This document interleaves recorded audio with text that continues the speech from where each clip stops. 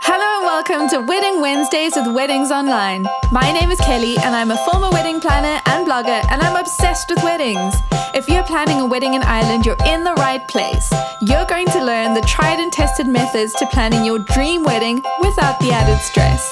Think of this as your one-stop shop for everything to do with planning your wedding in Ireland, with me, your new wedding planning bestie, and a cup of tea. This is Wedding Wednesdays with Weddings Online.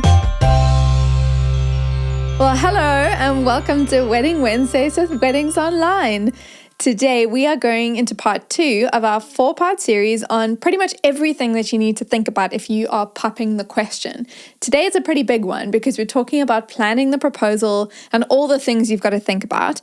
But if you missed last week's episode, you have to listen to it because it's all about engagement rings. So it's everything about the diamond, it's what you're looking out for when you choose the ring, the different metals, the settings, and then we go a step further and we spoke all about, how to look after the engagement ring, when you should wear it, when you shouldn't.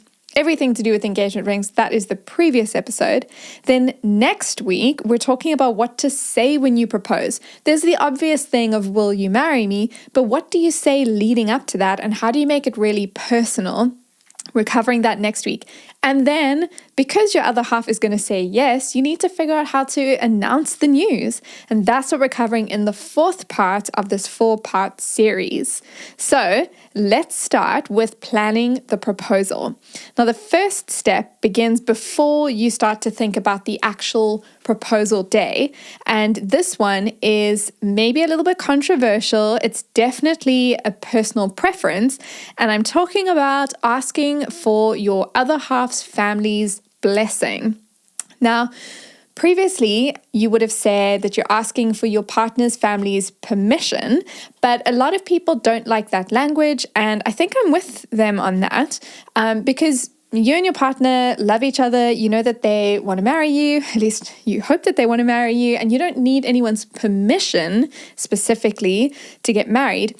But asking for somebody's blessing is a really special way of including the family in the proposal, in the engagement, in the future of your marriage and your relationship.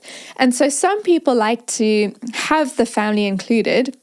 It really is a personal preference, and you should do what fits well with you as a couple. For some people, it's a deal breaker if you don't get this blessing, and for others, it's a deal breaker if you do. So I recommend having a conversation with your other half, just see where they're at, ask what their preferences are, and make a decision from there. And I will say that asking for permission or blessing doesn't have to be something that only the parents of your partner are involved in. It could be that maybe your partner doesn't have a great relationship with their parents, but maybe their siblings or their aunt or grandparents or even a very close friend, maybe that's the person that you have this conversation with. And remember, really what you're doing is you're saying, hey, I love this person. I want to spend the rest of my life with this person, and I'm going to plan an amazing proposal. And what I'm asking is for your blessing for us to get married and to be together.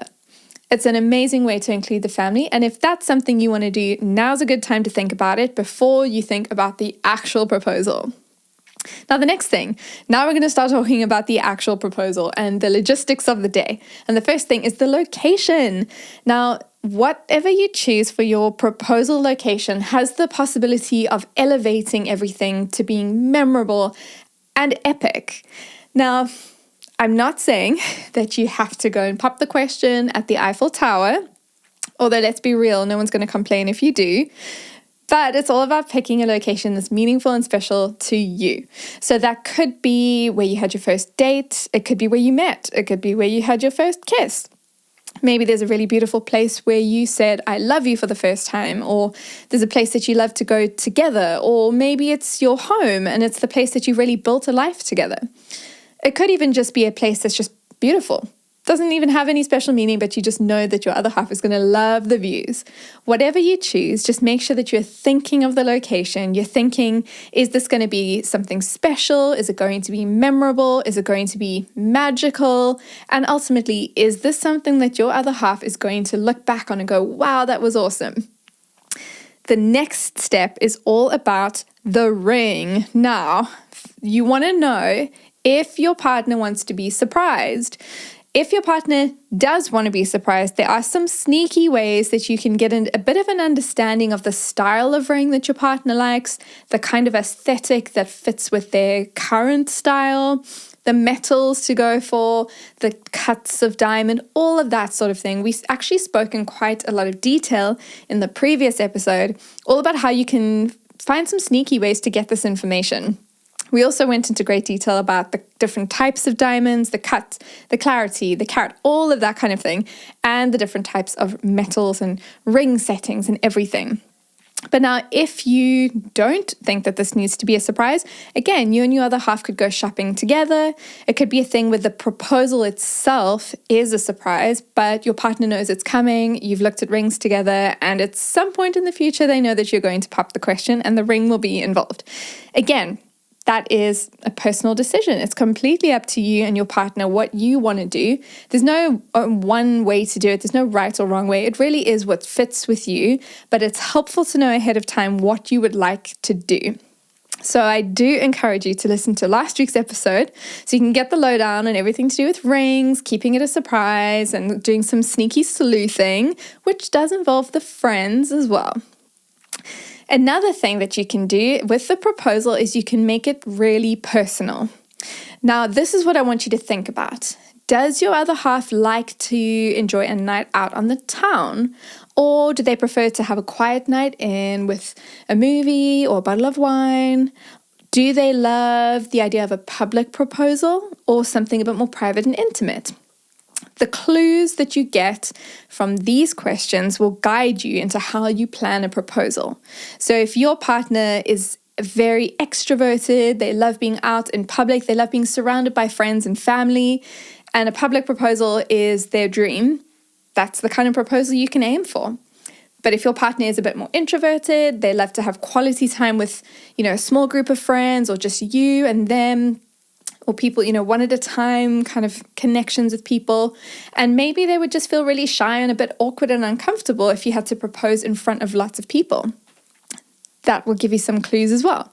So consider the things that your other half really loves and find ways to incorporate that into the proposal. It's not about complicating things. It's about thinking about what's special for you guys as a couple, but also for your partner specifically, and what they would look back on and say, wow, that was really special. And it was something that was unique to me in my proposal.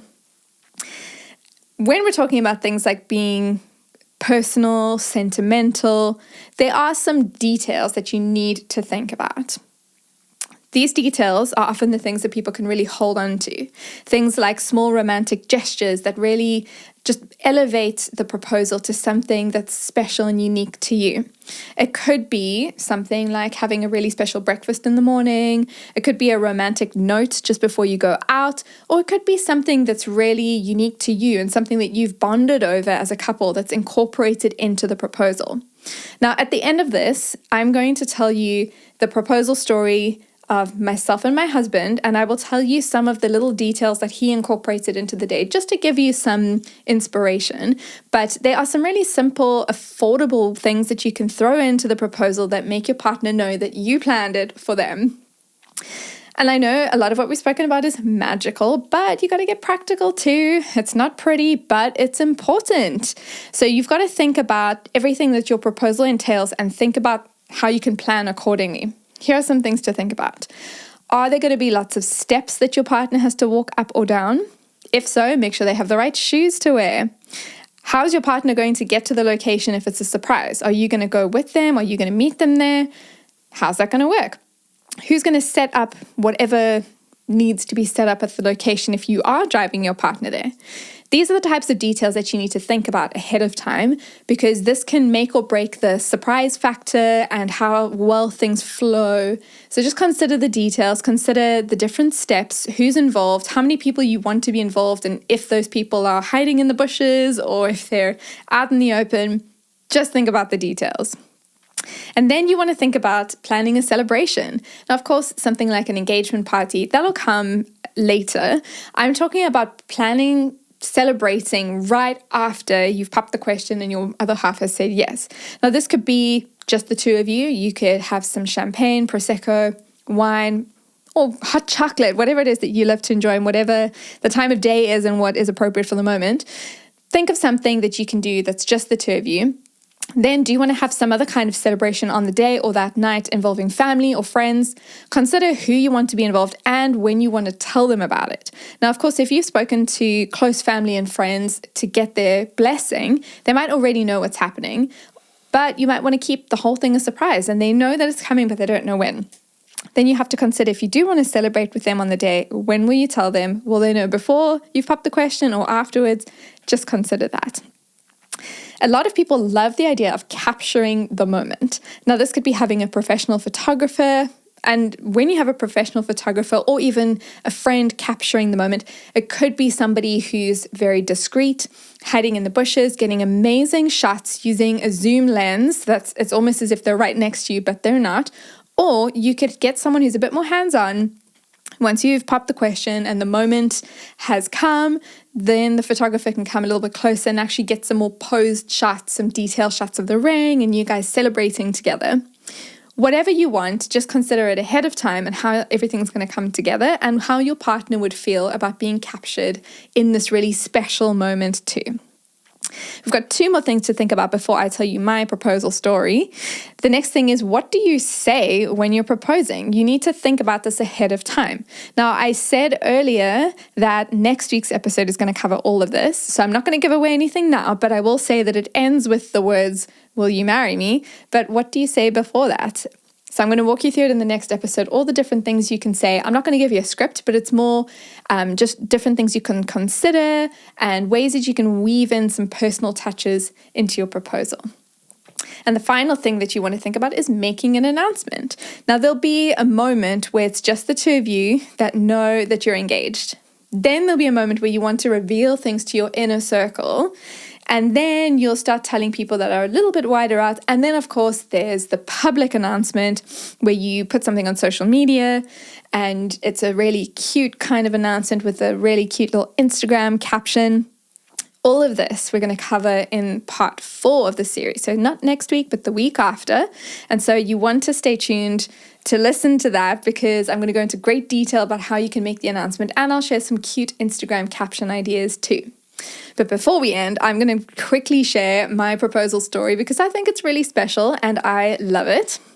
So my husband, his name is Glenn. He was actually on the podcast a few weeks ago and we did a cute little couples quiz together. And we got engaged in 2014 and he planned this really special proposal. How it happened was he had convinced me that we were having a picnic with some friends on a beach. Somehow he got me to think that it was my idea. I still don't know how he did it, but I thought we were going and having this kind of morning picnic with friends. It was like 10 a.m. or 9:30 a.m., something like that. We arrived at this picnic. I don't know if we had a picnic basket or not. I can't remember what we had, but I just remember walking on the beach and we got to this rock, and right next to the rock there were these kind of Scrabble tiles. I don't know if you've ever played Bananagrams, but they were like Bananagrams tiles, and on the ground these tiles were laid out, and it was laid out in the phrase that said, "I can't wait to spend the rest of my life with you." And I looked down at this and the first thing I thought was, we've walked into someone's proposal. Oh my gosh, this is so awkward. And I turned around and there he was on one knee with the ring. And I was like, oh my gosh, it's my proposal. And so he said some very special things that I can't remember. And then he said, "Will you marry me?" And I said, yes. And then the rest of the day was this magical day where he had organized a whole lot of different things. So instead of having all the magical things and then ending with the proposal, he did it the other way around. So he got all the nerves out the way and we got to have a whole day of celebrating. So he took me to all our favorite places. We did end up having a picnic. We had a picnic basket in the car. We went out for a picnic. We also ended up going out for breakfast. Right after we went out for breakfast, somebody came up to us with a scratch card and said, "Do you want to win the prize of the day?" And I thought, you know what? I'm feeling lucky. I'm going to do this. I did the scratch card and I ended up winning our honeymoon, which was 7 nights in Spain. And you have to remember that when you live in South Africa, which is where we lived at the time, flying all the way to Spain is pretty magical. So to win that right after getting engaged, that was pretty cool. It was not planned. My husband didn't plan that, but it was something very special. He also planned a little dinner with our siblings and our parents. And then he planned for some friends to meet us at the pub right at the end of the night to celebrate with them. And between that, we had walks and we played some games and all kinds of things. So it was a full day, lots of different things. And I will tell you one thing that almost ruined the entire surprise. He was planning the proposal on his phone initially, and for some reason, I still don't understand it. For some reason, our phones were connected. I think there was some kind of iCloud thing happening. And there was a period of time where he would create a note on his phone, and I would open my phone and I would see that note. And I think there was an instance where one of us tried to buy a gift for the other person, and there was a note on the phone and we saw the gift, and he realized that he needed to stop planning the proposal on his phone or I would see all the details, and he had to use some other device that he found in the house that wasn't connected. So he put a lot of thought into the proposal, and it was really special. It wasn't a huge over-the-top thing, but it was really personal to us. He included things that he knew I would like. He knew that I wasn't going to be into a super public proposal, so it was a private beach, lots of moments just us two, and then incorporating friends and family into the day at different points. It was really special, really magical, and I hope that that gives you some inspiration for the proposal that you can plan for your other half.